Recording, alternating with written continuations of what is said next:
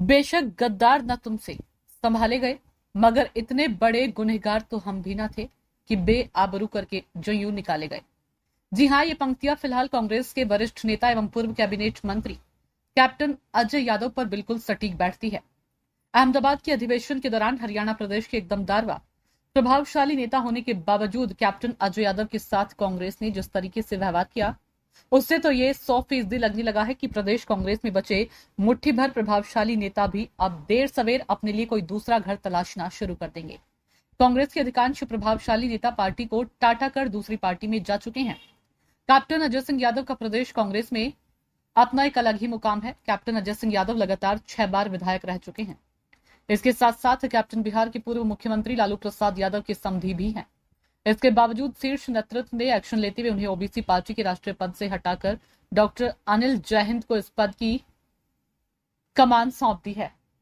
Captain अब high command के इस फैसले से खुद को असहज महसूस कर रहे हैं,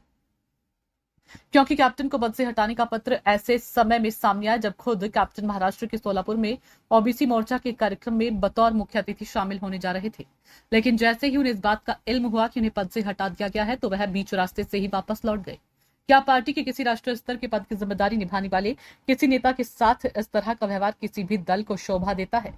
भले ही कैप्टन को हटाने के कई कारण हो सकते हैं, लेकिन जिस तरीके से कैप्टन को हटाया गया उसको कतई जायज नहीं ठहराया जा सकता। कई मौकों पर कैप्टन खुद कह चुके हैं कि पार्टी में अब उनका दम घुटने लगा है। पार्टी के कई फैसलों बाद गुटबाजी को लेकर कैप्टन कई बार असहज होते रहे हैं। इस व्यवहार के बाद ये चर्चा जोर पकड़ने लगी है कि अब कैप्टन अजय यादव की कांग्रेस में दाल गलने वाली नहीं है और वे भी अन्य बागी नेताओं की तरह अपना कोई नया घर तलाशेंगे। प्रदेश की सियासत में अपना खास रसूख रखने वाले अनेकों नेता कांग्रेस को अलविदा कह दूसरी पार्टी में जा चुके हैं। इस बात में कोई दो राय नहीं कि कैप्टन अजय यादव एक सैनिक रह चुके हैं और इसलिए वो जो भी बयान देते हैं बिना किसी हानि या लाभ के सरल मन से देते हैं। फिलहाल पार्टी हाईकमान के इस फैसले से कैप्टन के समर्थकों में भी मायूसी छाई हुई है, जिसके चलते चर्चा जोर पकड़ने लगी है कि अब कैप्टन जल्द ही कांग्रेस पार्टी को अलविदा कह सकते हैं। हम आपको बता दें कि कैप्टन अजय यादव और पूर्व मुख्यमंत्री भूपेंद्र सिंह हुड्डा के बीच चली आ रही ये राजनीतिक अदावत कोई नई नहीं बल्कि काफी पुरानी है। जिस वक्त प्रदेश की हुकूमत की बागडोर हुड्डा के हाथों में हुआ हुकूमत करता थी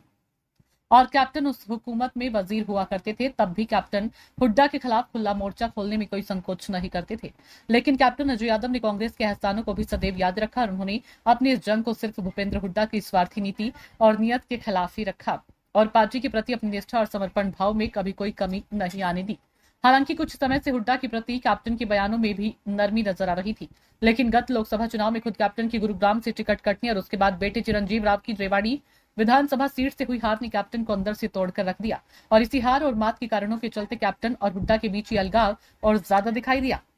जिसके चलते परेशान कैप्टन ने कांग्रेस छोड़ने तक का ऐलान कर दिया था। लेकिन तब उन्होंने समय रहते अपने फैसले को बदल लिया और जनता के बीच जाकर के खुद के जख्मों के भरने का इंतजार करने लगे। किंतु अब ओबीसी मोर्चा के चेयरमैन पद से हटाने के बाद से कैप्टन और भी ज्यादा जख्मी हो गए हैं और अपने दुश्मनों से आर पार के करने की मूड में दिखाई दे रही हैं।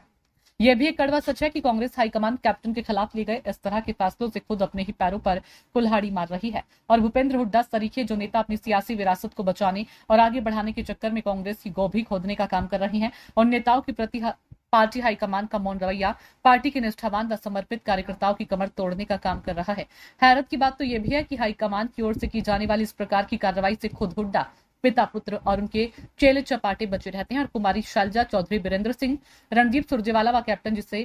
जैसे स्पष्ट बोलने वाले और पार्टी को मजबूती देने वाले लोग किसी न किसी रूप में बलि के बकरे बनाए जा रहे हैं और सही मायने में कांग्रेस की यही पक्षपाती कार्रवाई प्रदेश में कांग्रेस की कब्र खोदने का काम कर रही है। खैर, अब देखना यह है कि क्या captain Ajay Yadav party high command की ओर से यूं बेआबरू किए जाने के बाद अब कांग्रेस में रह पाएंगे या फिर अपने अहिरवाल के ही सबसे दिग्गज नेता एवं केंद्रीय मंत्री राव इंद्रजीत सिंह के नक्शे कदम पर चलते हुए लगातार हुड्डा कांग्रेस में तब्दील हो रही कांग्रेस को अलविदा कहेंगे। हरियाणा न्यूज